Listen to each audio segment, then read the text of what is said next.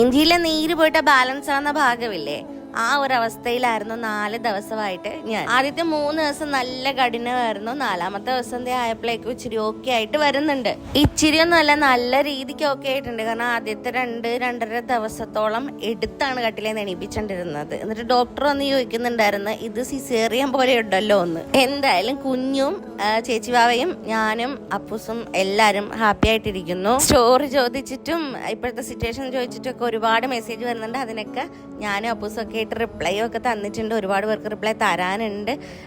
അപ്പം ഓക്കെ ആയിട്ടൊക്കെ എല്ലാം സെറ്റാക്കാന്ന് പറഞ്ഞിരിക്കുകയാണ് കേട്ടോ. പക്ഷെ അതേ ഓണം ഇങ്ങ് അടുത്തെത്തിയില്ലേ.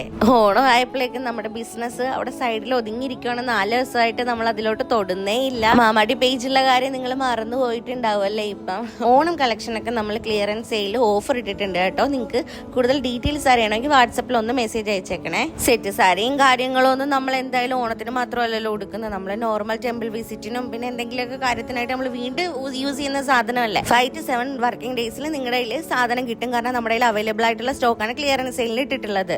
ഈ ഹാഫ് സാരിയുടെയൊക്കെ ഒക്കെ തന്നെയായാലും വീഡിയോ ഒന്നും നമുക്ക് അധികം ഇടാനുള്ള സമയവും സൗകര്യവും കിട്ടിയിട്ടില്ലായിരുന്നു. അപ്പൊ ശരി, ബാക്കിയുള്ള വിശേഷങ്ങളുമായിട്ട് പുറകെ വരാവേ.